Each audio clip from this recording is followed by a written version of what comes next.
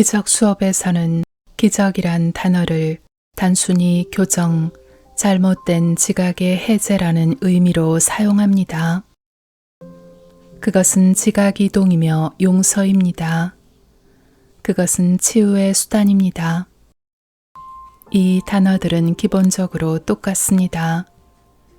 기적은 외적인 것과는 아무 관계가 없습니다. 흔히 기적이라 일컫는 물 위를 걷는다거나 외적인 치유 같은 외양상의 것은 내면의 기적이 반영된 것에 지나지 않습니다. 기적은 내적인 이동입니다. 기적 수업에서 가장 아름다운 문구 중에 하나는 기적을 지상에서 가장 거룩한 곳은 태고의 증오가 현재의 사랑으로 변한 자리로 설명하고 있습니다. 그것이 바로 기적입니다. 우리가 누군가를 증오로 지각하다가 사랑으로 보는 곳으로 이동할 때 그것이 기적입니다. 기적은 지각의 이동입니다. 그것은 에고가 보는 방식을 성령이 보는 방식으로 교정하는 것입니다. 책 제목이 기적 수업인 이유는 바로 그 때문입니다. 기적 수업은 바로 그 방법을 알려줍니다. 다시 말해, 우리는 세상을 바꾸는 게 아닙니다. 세상에 대한 우리의 마음을 바꿉니다.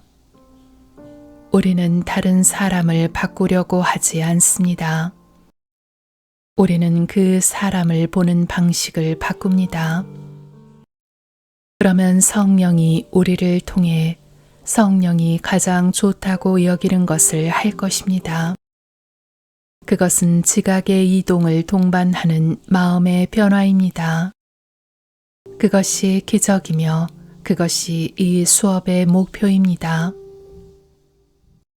기적 수업이 제시하는 종교적인 관점은 두 가지입니다. 첫째는 하나님이 계시지 않는다면 에고밖에 남지 않는다는 것입니다.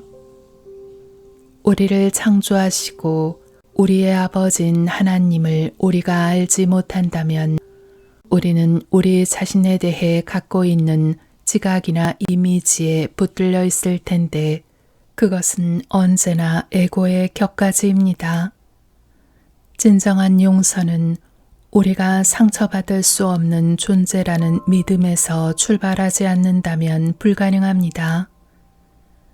달리 표현하면 그 누구도 그 무엇도 우리를 해칠 수 없다는 것입니다. 그와 같은 믿음은 우리를 창조하셨고 우리를 사랑하시는 하나님이 계시다는 것을 모른다면 불가능합니다. 그러므로 이것이 기적 수업에서 표현된 대로 성령이 우리에게 주는 전체 사고 체계의 기반입니다. 하나님이 중요한 두 번째 이유는 조금 더 실용적입니다. 진정한 용서는 성령이 없이는 불가능합니다. 이것은 두 가지 측면에서 진실입니다. 첫째로, 용서는 우리가 하는 것이 아닙니다. 우리는 죄책을 해제하는 자가 아닙니다. 엄밀히 말해서 기적 수업이 용서에 대해 말할 때 그것은 사실상 성령의 용서가 우리를 통해 오게 하겠다는 결정에 대해 말하는 것입니다. 혼자 힘으로는 우리는 결코 용서할 수 없습니다. 왜냐하면 적어도 이 세상 안에서 우리가 따로 떨어진 개체로서는 우리는 에고이기 때문입니다. 사고 체계 속에서 그 사고 체계를 바꿀 수는 없습니다. 우리는 사고 체계 밖에서 오는 도움, 즉 사고 체계 안으로 들어온 다음 그것을 변모시키는 도움이 필요합니다. 에고의 사고 체계 밖에서 오는 도움이 바로 성령입니다. 그러므로 우리를 통해 용서하는 이는 성령입니다. 용서는 세상에서 가장 어려운 일입니다. 그래서 거의 아무도 용서하지 못하고 예수가 가르친 용서를 애초부터 그토록 지독히 오해했던 것입니다. 우리가 기적 수업이 말하는 용서를 실천한다면 우리는 우리 자신의 죄책을 놓아주기 때문에 우리는 그토록 오해했던 것입니다. 에고와 동일시하는 사람은 아무도 죄책을 보내고 싶지 않습니다. 하나님의 도움이 없이는 우리가 대면할 죄책에 보다 깊은 문제를 통과할 길은 전혀 없습니다.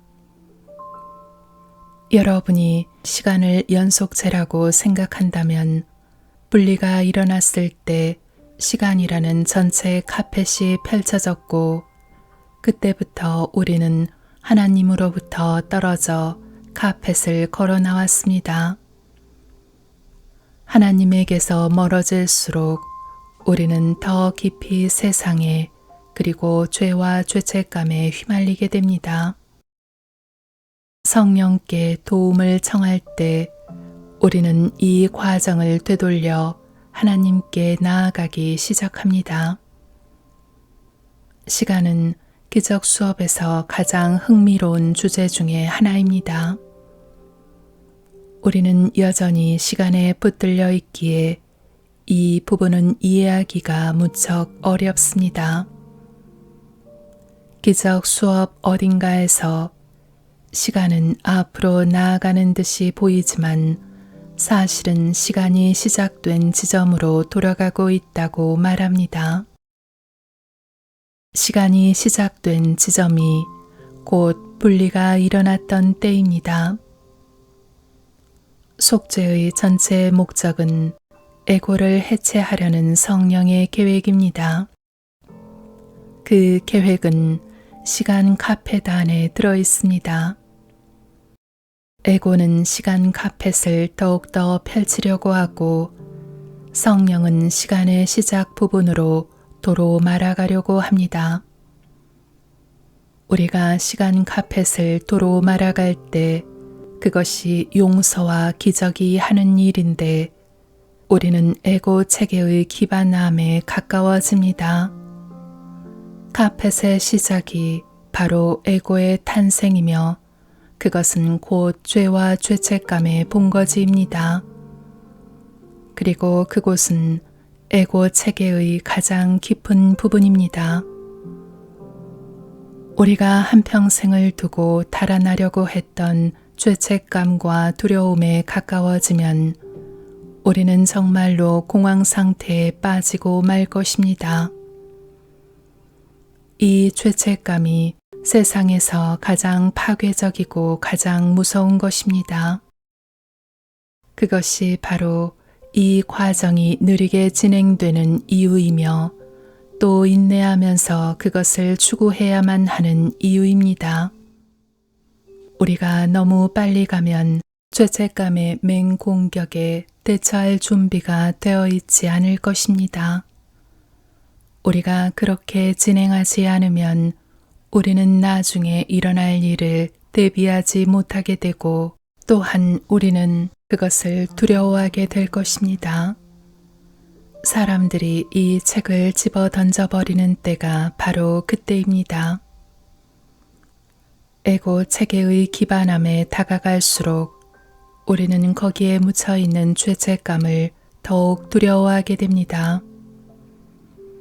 우리의 손을 잡고 우리와 함께 걷는 이가 우리를 사랑하는 우리가 아닌 누군가가 있다는 것을 알지 못하면 우리는 그 단계를 밟을 수 없을 것입니다.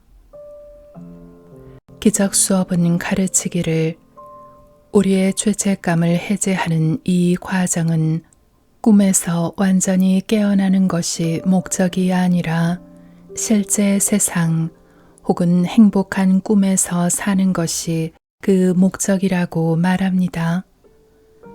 따라서 카펫이 도로 말리고 나면 우리는 마침내 어떤 죄책도 투사하지 않고 그리하여 바깥 세상에서 무슨 일이 벌어지든지 상관없이 늘 평화로운 상태에 도달하게 됩니다. 이 마음 상태가 바로 실제 세상이며 기적 수업의 경로가 온유하다는 점을 보여줍니다. 교과서에서 말하듯이 하느님은 아들이 기뻐하며 부드럽게 깨어나기를 뜻하셨기에 두려움이 없이 깨어나는 수단을 아들에게 주셨습니다. 나는 하나님의 존재를 믿지 않는 사람들에게 어떻게 용서를 설명해야 하는가라는 질문을 자주 받곤 합니다.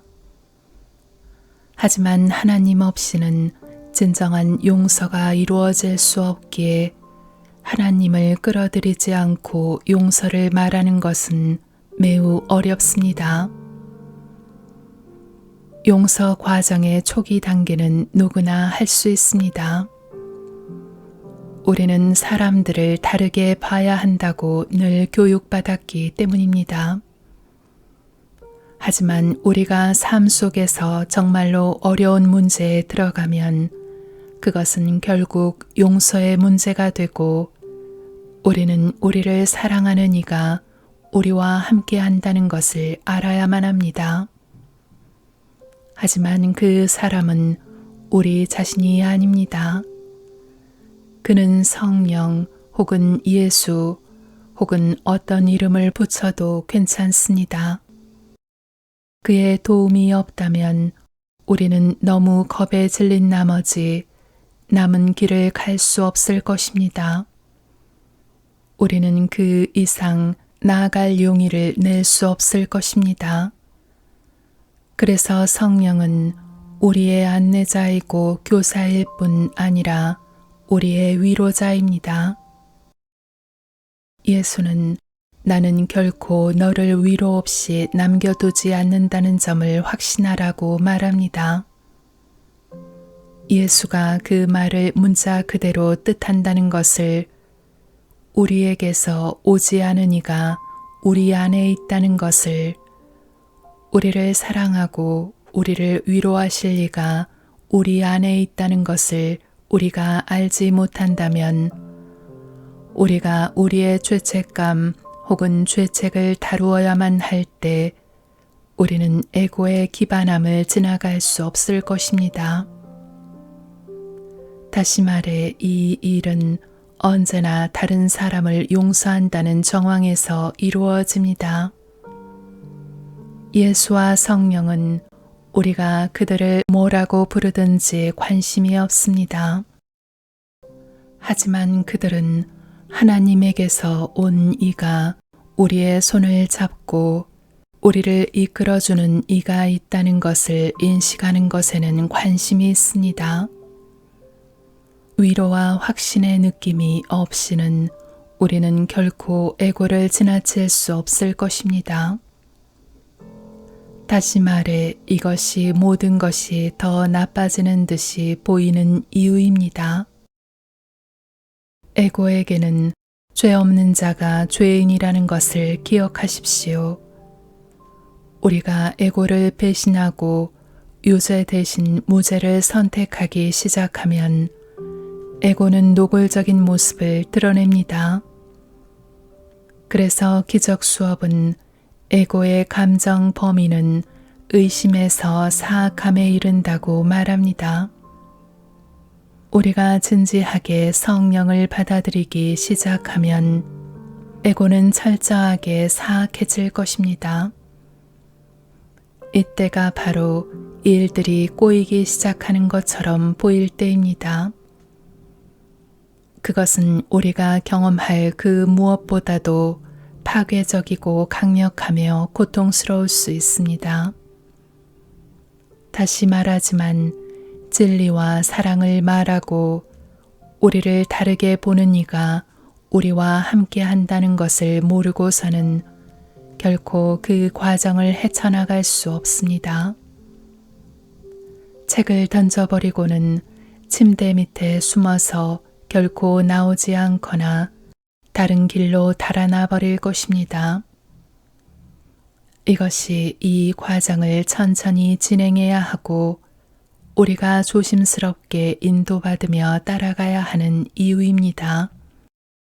우리 각자에 대한 속죄 계획은 정교하게 고안되었으며 바로 이 점이 우리가 그 계획을 완수하는 데 걸리는 시간이 서로 다른 이유를 설명해 줍니다.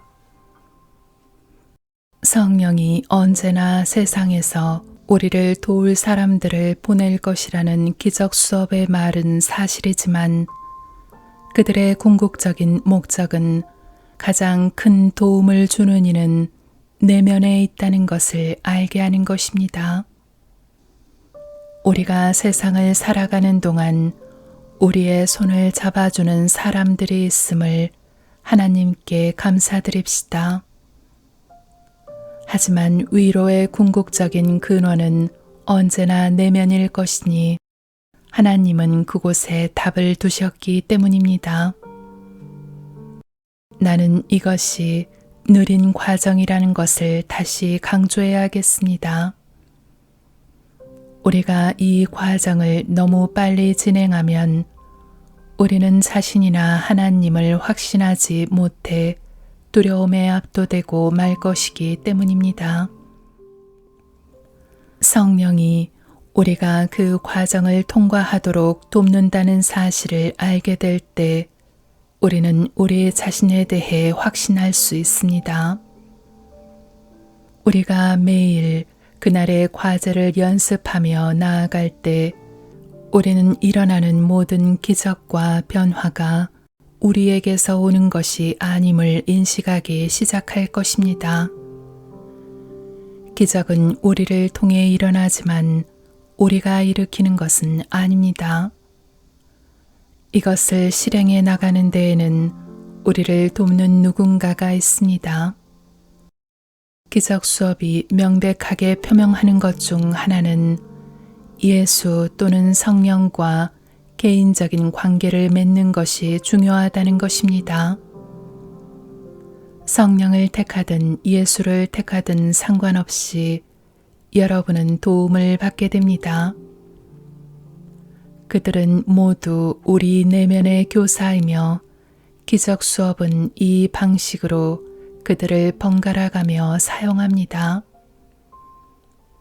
기적 수업은 우리에게 내면의 교사와 개인적인 관계를 맺어야 한다는 점을 강조하지만 성령을 추상적인 존재로서 말하지 않습니다.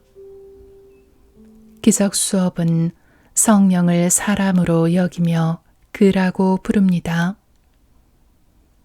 기적 수업은 종종 성령을 하나님이 우리를 사랑하신다는 표현이라고도 설명합니다.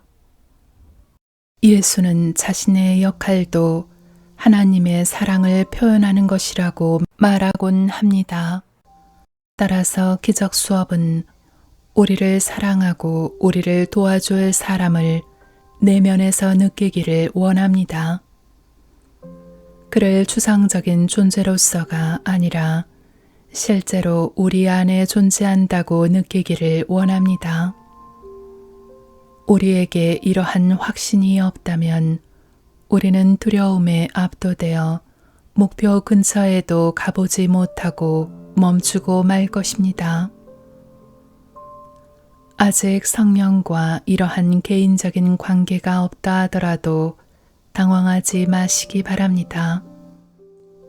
인내심을 가지면 때가 되었을 때 그가 나타날 것입니다. 지적으로든 느낌으로 여러분을 도와주는 누군가가 있다는 것을 아는 것으로도 충분합니다. 그는 어떤 형태이든 여러분이 수용할 수 있는 형태로 나타날 것입니다.